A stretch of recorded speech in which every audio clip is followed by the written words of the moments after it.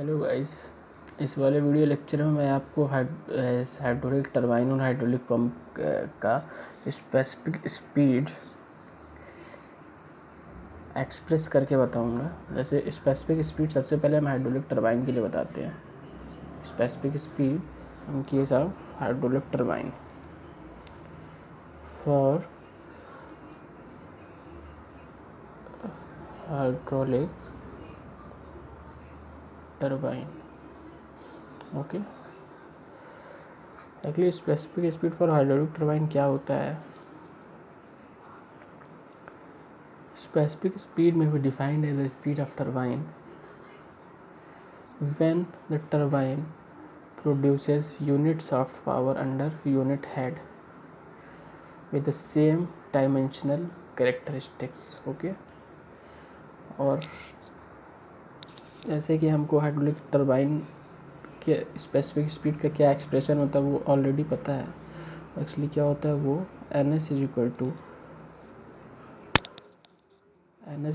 To n under root P upon h⁴ ठीक, ये हमको क्या करना है, ये हमको डेराइव करना है। ठीक है,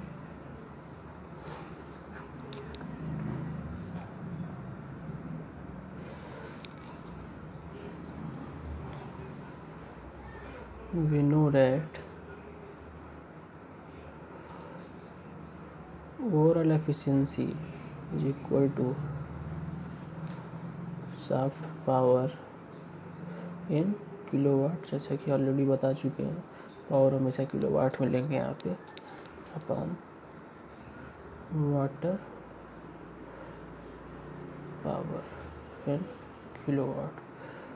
ठीक, overall efficiency is equal to, if shaft power is represented by capital P, then here we can write P, and water power, you know that water power is equal to potential energy of water per second। Potential energy पर of water पर second क्या होता है, ρQgh। तो यहाँ से क्या हो जाएगा, P अपॉन ρQgh। तो इधर P डायरेक्टली प्रोपोर्शनल टू क्या आ जाएगा, overall efficiency into ρQgh। This implies that P is directly proportional to Q into H। Question number 1 दे देते हैं यहाँ पे। ठीक,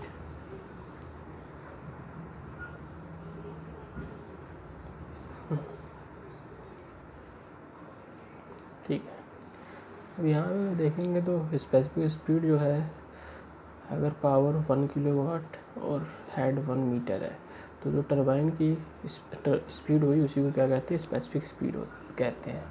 इसका मतलब हम सारे जो भी एक्सप्रेशन ओवरऑल एफिशिएंसी का निकल के आया है, और यहाँ जो power is directly proportional to discharge into head आया है, इसको हमको क्या करना पड़ेगा, इसको बेसिकली हमको क्या करना पड़ेगा, इसको हेड और पावर और RPM में कन्वर्ट करना पड़ेगा। तो कैसे करते हैं देखते हैं।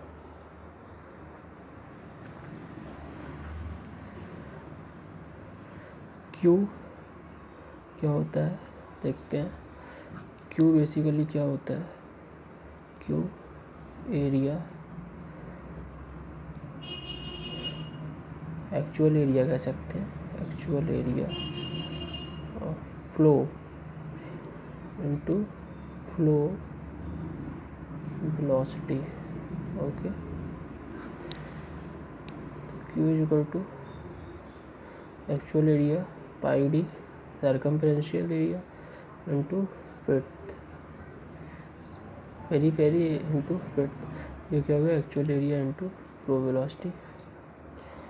तो यहाँ से हम क्या कह सकते हैं, Q is directly proportional to dB into VF।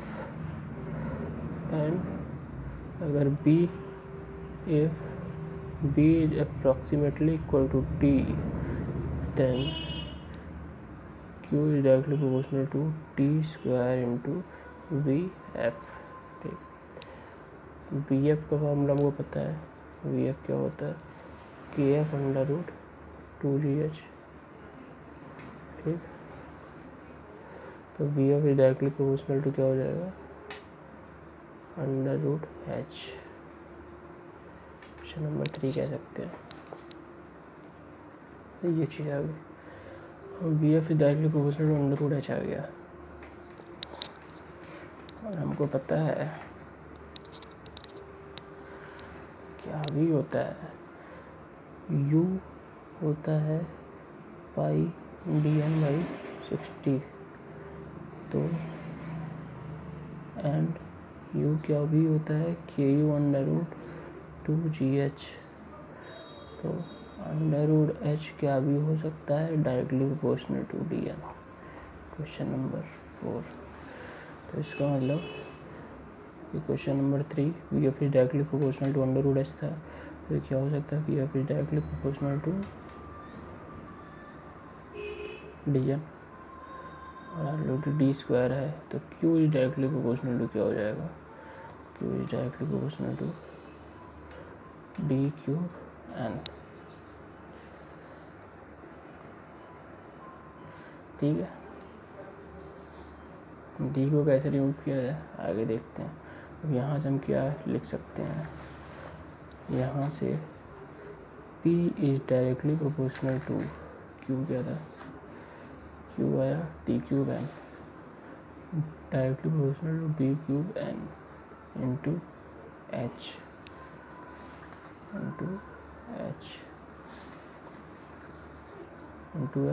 और H directly proportional already D square N square हो जाएगा, डी स्क्वायर एन स्क्वायर। ठीक है, तो P is directly proportional to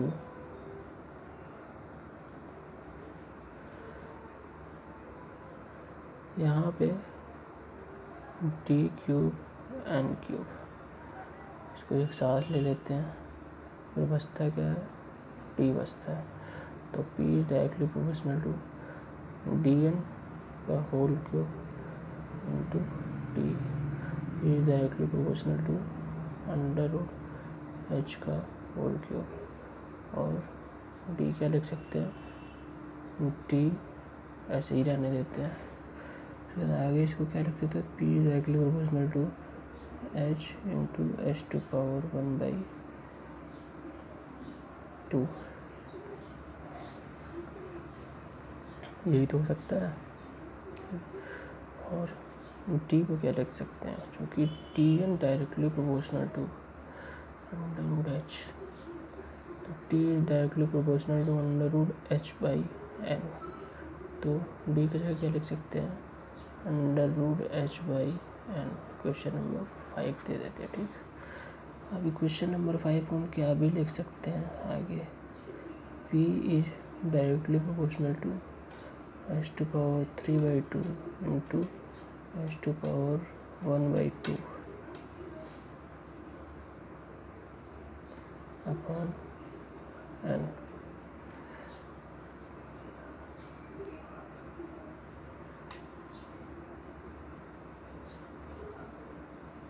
देखते हैं, P is directly proportional to cube आ गया, तो H into under root H into H to power 3/2 और ये एच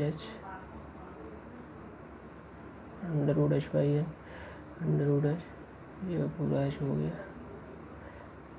फिर ये एच टू पावर 3/2, फिर ये क्या होगा, एच टू पावर 1/2।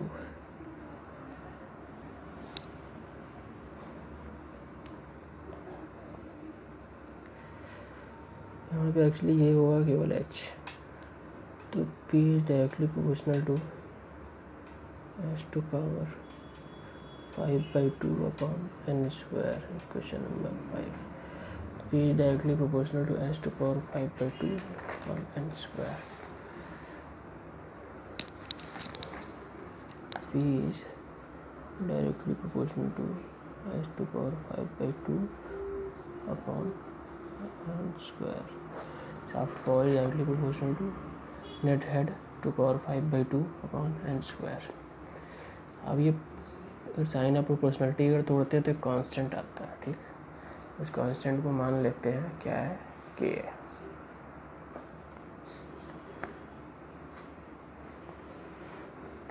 तो P = k H⁴/5/2 दोनों तरफ स्क्वायर करते हैं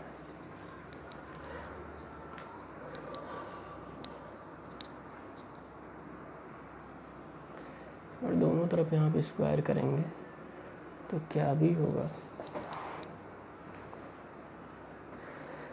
दोनों तरफ स्क्वायर करेंगे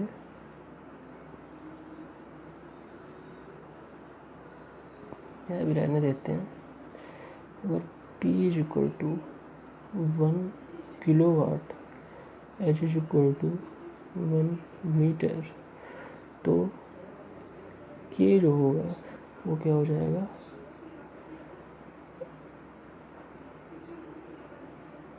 NS² हो जाएगा, जैसा कि डेफिनेशन कहती है।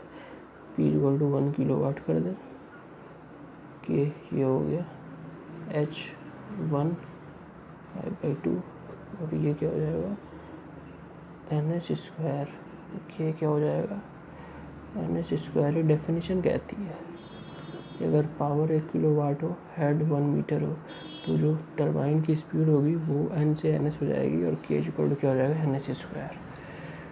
तो हम क्या लिख सकते हैं, P = implies that P = NS² H⁴/5/2 okay. फिर यहाँ से NS की वैल्यू या NS² की वैल्यू N² P/H⁴/5/2, फिर NS क्या हो जाएगा N√P/H⁴/5/4। ये स्पेसिफिक स्पीड का एक्सप्रेशन आ जाएगा, ठीक। हम देखते हैं specific speed for hydraulic turbine. Specific speed for hydraulic turbine basically क्या होता है